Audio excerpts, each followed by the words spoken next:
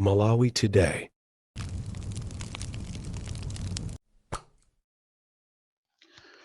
Lero ndikufuna ndikuuzeni nonse akueri afete ku State House amuchipani cha MCP ndiye na nonse amene mmadana ndi chilungamo, amene simmafuna kuuzidwa chilungamo pamene mukupanga zonunkha, pamene mukupanga zolakwika, kuti m'Malawi muno muli anthu ena olimba mtima amene samaopa konse, ndipo mmodzi mwa anthu amene samaopayo ndiye ndi ineyo, ndipo ine palibe amene angandinyumwise. Olo mutapanga mapulani otani kuti kaya mufuna mundiphe, kaya mundimange, kaya muziyendayenda ndi magalimoto kundisaka ineyo, ine sinimanyumwisidwa. Ndipo mmene lilili dziko la Malawi lino anthu ake akuyenda okufa ifa kale, ndiye musamaopseze anthu kumanena kuti aye tikumusakasaka boni Kalindo. Ineyo ndilipo, ndipo sindizachoka Malawi muno, dziko langa ndilino, nabadwiramo muno kwathu kumulanje muzi mwanjeza, ndipo aliyense amandiona kaye pakali panopa ndi mmene dziko lanu lilavundira, kusowa kwa mafuta, njala, chani. Ineyo ndikumachita kuyenda pansi, ndipo amene mumatuma kuti azipha anthuwo sangandiphonyetu iyayi. Ndimayenda bwinobwino pansi osawopa wina aliyenseso, opanda bodyguard. Ndiye ndinangofuna ndikuuzeni kunena kuti mukamapanga manyaka anuwo ndikumaopseza anthu ena, ineyo mundichose mu list imeneyo ya manthayo. Ndipo ineyo chichitikireni zomangidwa za akaliyati ndili mulilongo mwe munotu, ndipo lero ndikupita uko ku 23 uko chaku barracks uko kwachitika maliro achibale, ndikupita kumene koko ndikakhala pa maliro amenewo, ndikachoka pamene popo ndiyenda ulendo wadedza. Kwa amene mukundifuna, amene mwatumiza anthu ati akundisakasaka ineyo, musapange manyazi, mubwere. Ndipo ndikubwerezenso ngakhale kuti ena ndikapereka nambala yanga amayipangira propaganda, kumalankhulira zopusa mma Facebook ndi ma WhatsApp, ati kufuna kuti ati ine mbiri yanga iyipe. Iyoyi aliko amalawi kunja uko amene akulifunira dziko lino zabwino, ndipo amene wowo amalawiwo amandipempherera, sinimaopa wina aliyense. Kwa amene mukufunafuna kupha boni Kalindo, kwa amene mukufuna ati kumanga boni Kalindo, kaya apolisi amene mwasiya ntchito yanu komanso mwasanduka a MCP, tengani cholembera 0 awiri 365 035 kuyimba foni imene kapena kuyichita track foni imeneyoyo kuti muzapange zimene mukufuna. Ine sinimaopa wina aliyense, ndipo muuzane mmakampu mwanumo mukamapanga mapulogalamu anu opusa ofuna kubera zisankho. Ndipo ndifuna ndikuchiteni encourage inuyo a MCP, palibe china chilichonse chimene mungapange kuposa kubera kuti mulowe mboma. Inuyo kuyima 1-on-1 ndimba presidential aspirants ena apopo, president wanuyo kumusiya apo, palibe voti imene angatole. Koma inuyo kuti muwine mubere basi. Choncho musamaopseze anthu muziko la democracy, chifukwa muzaona zinthu zoopsa siku lina. Dziko lapansi makamaka kumbiri ya mpingo wa Katolika, mawa pa 1 Novemba komanso pa 2 Novemba ndi masiku ofunikira kwambiri. 1 Novemba mu mpingo wa Katolika ndi siku limene amakumbukira anthu onse oyera, amuna ndi akazi, amene anagwira ntchito zabwino pali moyo pa dziko lapansi. Ndipo anthu amenewa amapanga mwambo wina wake wapaderadera, owapempherera, owapempha kuti achose nkhawa, achose mavuto amene ali nawo pathupi pawo, m'banja mwawo komanso mwina dziko. Ndikanapempha inu akatolika komanso amalawi nonse akufuna kwabwino, kunena kuti tiyeni tiligwirisire ntchito siku limeneli la 1 Novemba pa dziko lonse lapansi, pamene akatolika amapempherera anthu oyera. kunena kuti anthu amene wawa alipemphererenso dziko lino la Malawi malinga ndi mavuto amene tikukumana nawo. Ndipo mmodzi mwa anthu amene amachitidwa regarded kukhala oyera ndi Papa John Paul wachiwiri, amenenso anabwera kuno ku Malawi, anaponda nthaka, anakacheza ndi Bakiri Muluzi 1996 tife tili ana. Ndipo inu Amalawi akufuna kwabwino amene mmakonda dziko lanu, munaona zimene zinachitika, mawonders amene anachitika muziko linolo, mawonders atabwera Pope John Paul the second. Malawi muno munali mwayi, muno munachitika business boom, muno munachitika zinthu zimene anthu sanaziyembekezere. Ndimafuna kuti tiyeni titengerepo mwayi wa mawali pa 1 November kuti tipempherere ziko limene asogoleri yake angoba, kuti tilipempherere ziko limene li Mulungu alimvere chisoni. Anthu ake akungofa, anthu a Malawi angofa ndi njala, koma asogoleri alibe nazo ntchito, asogoleri alibe welfare ya Malawi, iwo ali busy kumaba ndalama. Simungakhulupirire inu Amalawi kunena kuti President Chakwera ndi gulu lache pakali panopa agwirizana kuti atenge 6 billion azigawa kwa mafumu, azigawa kwa anthu ndi cholinga kuti azawina chisankho cha 2025. What a shameful president. Mmene ziko lili mafuta asoweramu 6 billion, kuitenga 6 billion angakhale mafuta angati, kuitenga 6 billion angakhale mankhwala angati muzipatala, kuitenga 6 billion mungamangire masukulu angati, kuitenga 6 billion mungagule chakudya chokwanira bwanji. Koma tilibe nzeru, asogoli athu ndi opanda nzeru, ali busy kutereko. Dzulo anali kunchisi, lero akutenga 6 billion omweyo kupita nayo kusalima ndi kunkhotakota.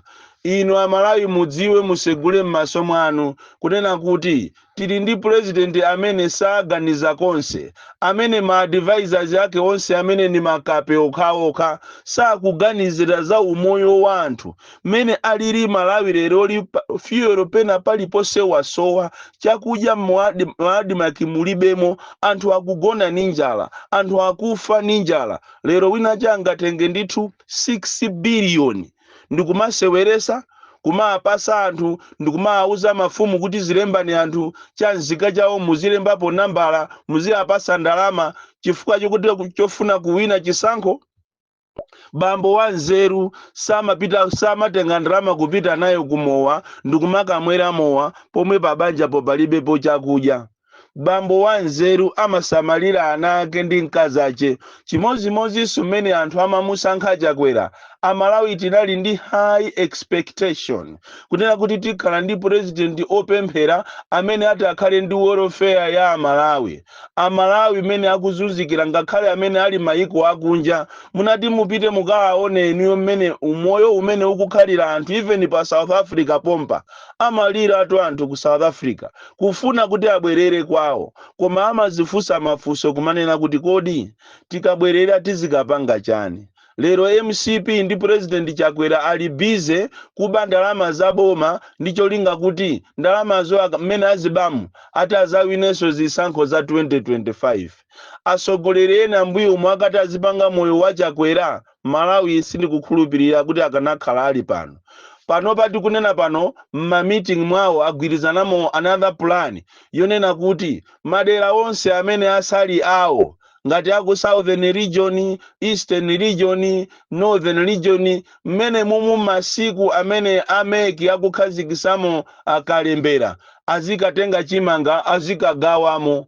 Ndicholinga kuti anthu chifukwa cha njala, chifukwa chosusuka, azithamangira kuchimanga kuja, azikalandira chimanga chija. Nthawi yomweyonso azikachita demand ma ID kunena kuti tipaseni ID, azikoperapo nambala ija, azikalowesa ku 43 kumene kuli makompyuta awo.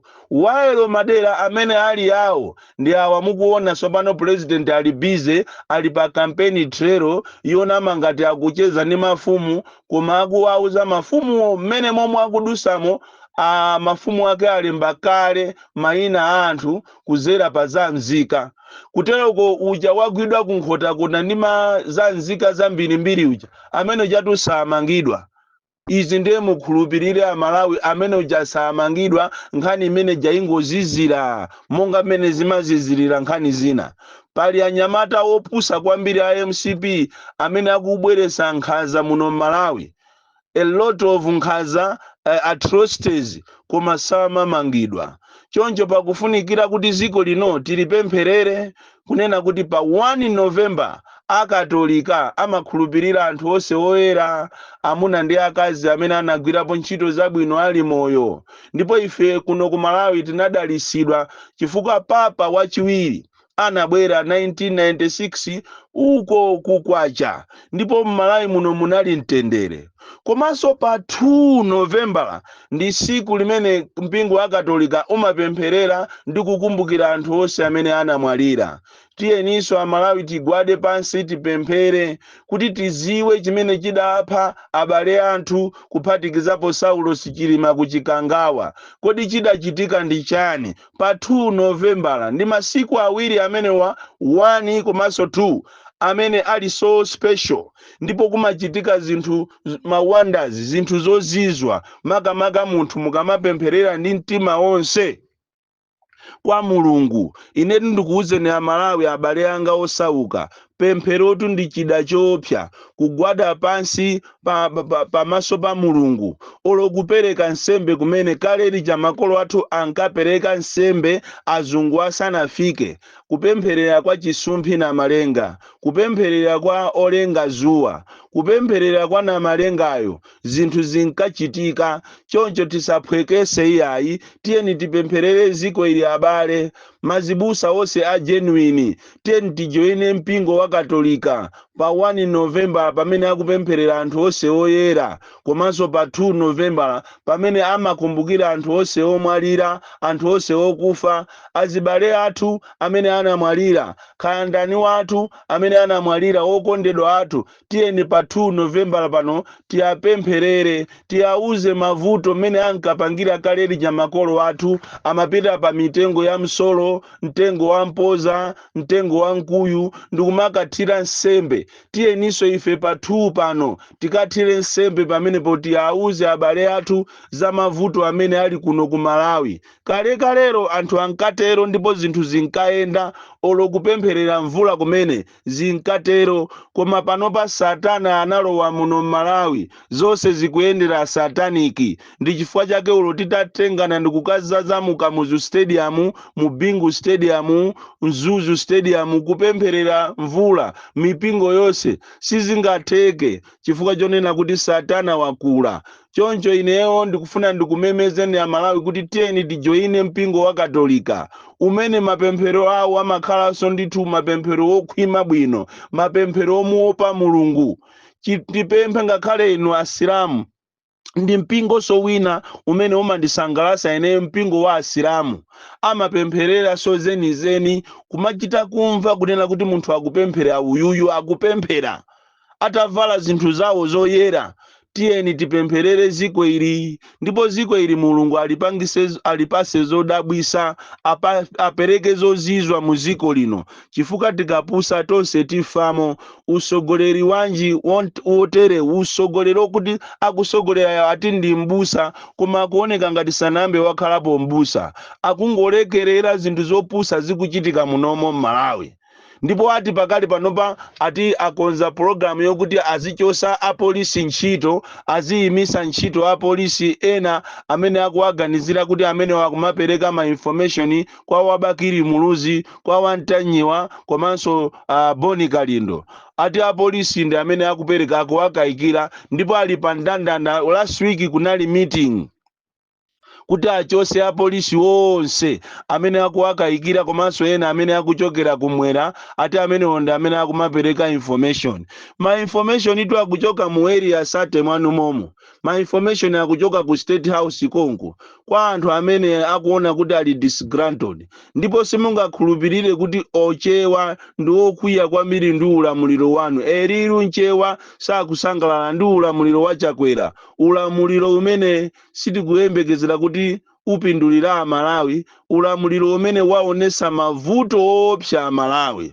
Choncho musanamizidwe inuyo ati aboma komanso enu a MCP amene mmagwira ntchito ngati apolisi koma muli a MCP.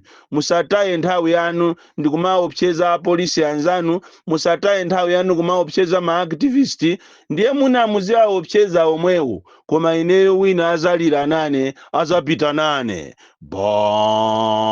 Born Kalindo,